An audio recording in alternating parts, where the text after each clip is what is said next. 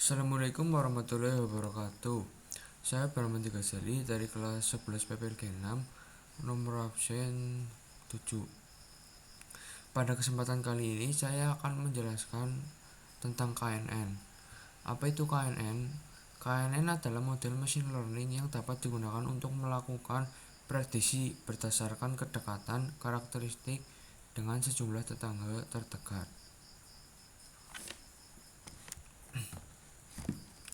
Bagaimana caranya? Pertama, kalian mengimpor data dengan menggunakan pandas, yaitu ini sintaksnya ini pip install pandas ini untuk mengimpor library pandas. Terus selanjutnya yang kedua, kalian mengimpor data kalian yang mau akan diprediksi dengan ini import pandas spd. Ini yang saya blok ini. Lanjut ke bawah ada head ini untuk mengetes apakah data yang diimport itu benar atau menampilkan 5 baris data pertama lah. Lanjut ke bawah ada menangkap objek, figur, dan akses menggunakan sintaks fig. Ini yang inilah fig ax plus support. Terus melakukan literasi berdasarkan grup pada data frame dev yang dikelompokkan berdasarkan kolom diagnosis. Saya akan memprediksi kolom diagnosis ini. Jadi di sini diisi diagnosis ya sesuai apa yang akan diprediksi kalian lah. Kemudian membuat scatter plot untuk setiap grup, X data radius main dan Y texture main.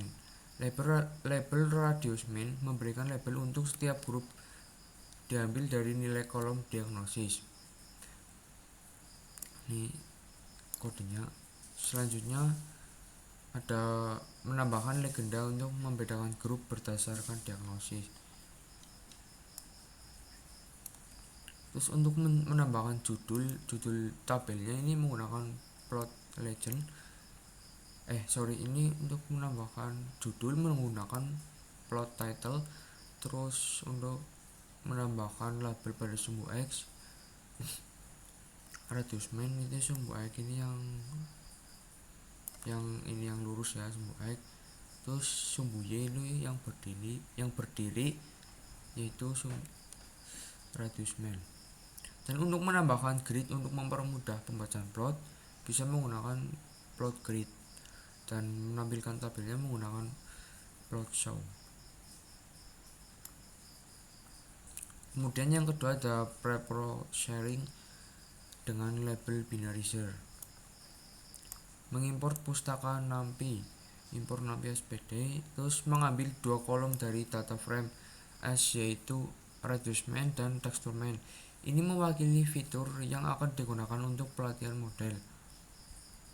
Selanjutnya ada mengambil kolom diagnosis dari data frame S yang berfungsi sebagai target atau label untuk klasifikasi.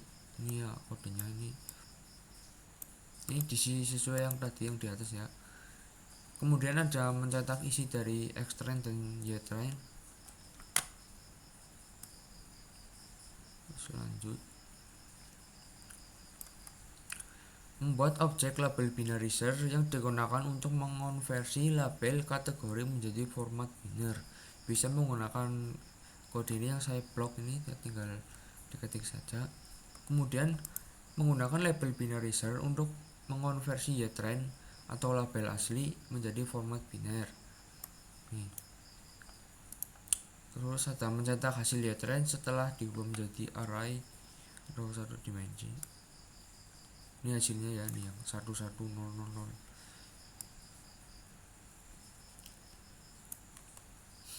Selanjutnya ada mengubah array 2D atau Ytrain menjadi array 1D dimensi menggunakan fungsi flatten. Setelah label binarizer, Ytrain berubah array 2 dimensi dengan setiap label dalam format biner seperti 0, 1, 1 ini di dalam kurung, nolnya flatten mengubah menjadi 0 1 1 jadi 1 kurung. Kemudian mencetak hasil lihat range setelah diubah menjadi array satu dimensi. Ini hasilnya. Kemudian yang ketiga adalah training KNN classification model. Mengimport kelas Knightborn classifier dari pustaka Knightborn. Ini ya kodenya ya.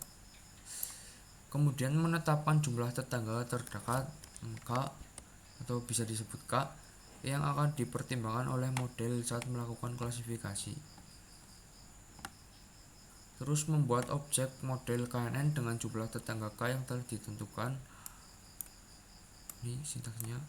Kemudian melatih model menggunakan data fitur atau yetrend, label target yetrend sehingga dapat melakukan prediksi pada data baru di masa depan. Ini hasilnya seperti ini.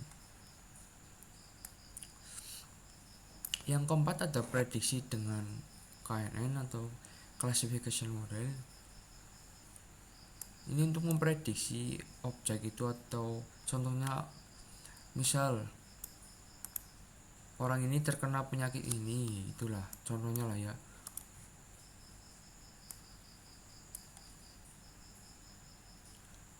Ada objek untuk patokan, saya menggunakan objek untuk patokan yaitu radius main dan texture main. Kemudian membuat array napi dengan data baru radius main dan texture main, dan mengubahnya menjadi array 2 dimensi dengan reshape. Reshape 1, mengubah array 1 dimensi menjadi array dengan satu baris dengan sejumlah kolom sesuai panjang array. Ini sintaknya, saya blok ini.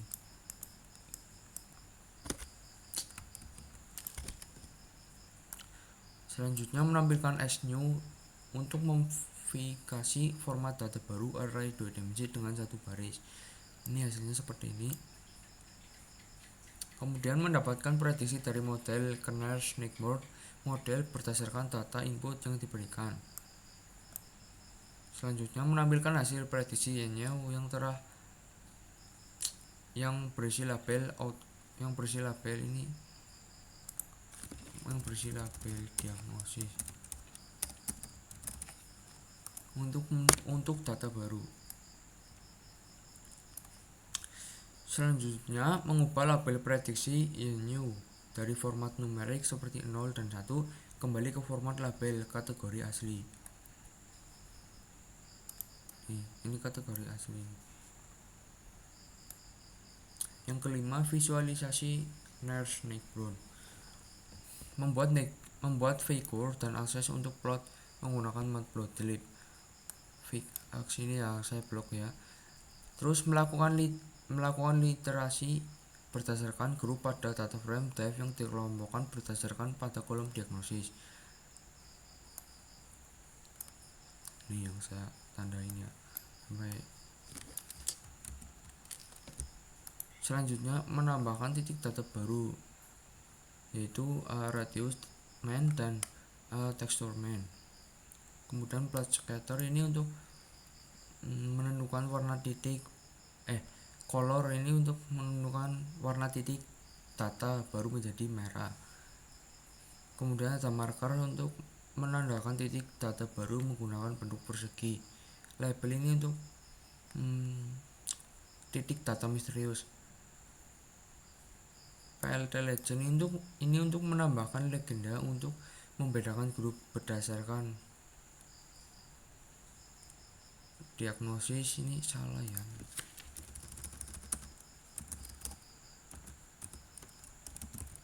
Diagnosis dan data baru misterius. Ini PLT title biasa untuk menambahkan judul.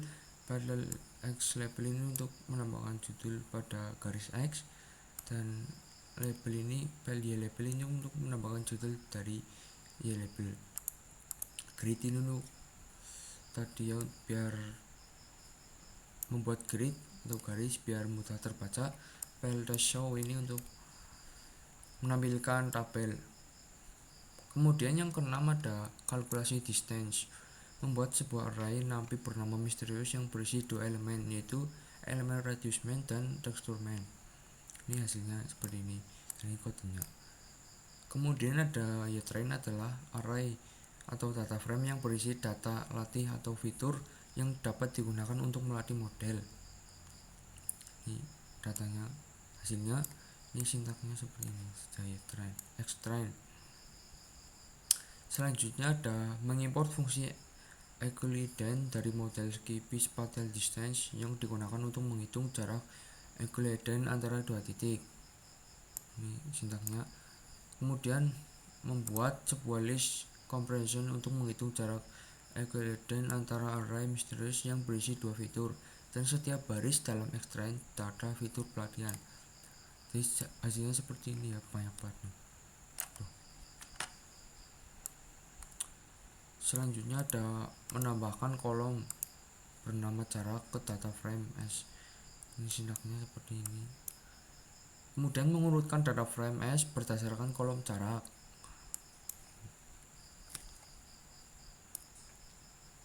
Yang ketujuh ada evaluasi KNN Classification Model. Membuat array fitur untuk data pengujian. Xtest mengkonversi label menjadi format biner. YTest lalu mencetak keduanya. Ini hasilnya, ini yang Xtest seperti ini, yang YTest ini seperti ini. Kodenya ya inilah yang saya blok.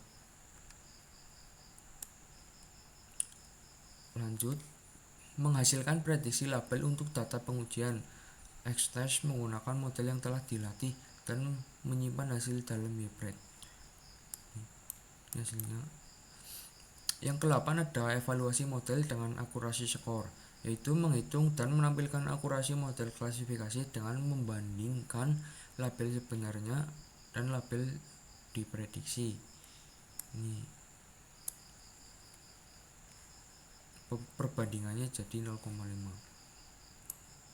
Yang ke-9 ada evaluasi model dengan precision score, yaitu menghitung dan menampilkan nilai presisi model klasifikasi.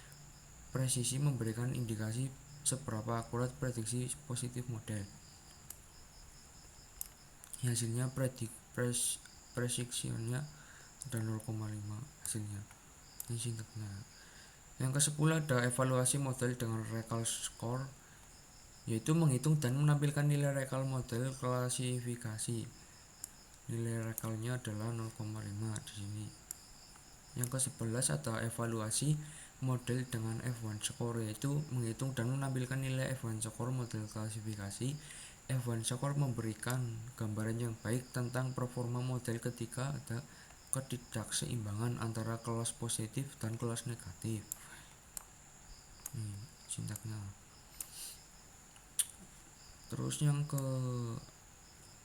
terakhir ada evaluasi model dengan classification report, itu menghasilkan dan menampilkan laporan klasifikasi yang memberikan informasi rinci tentang performa model untuk setiap kelas. Ini hasil klasifikasi reportnya seperti ini. Kemudian yang terakhir ada menghitung dan menampilkan koefisien korelasi Matthew atau MCC yang memberikan ukuran yang lebih baik tentang performa model klasifikasi. Ya, hasilnya seperti ini. Terus sintaksnya seperti ini. Ya, sekian dari saya. Wassalamualaikum warahmatullahi wabarakatuh.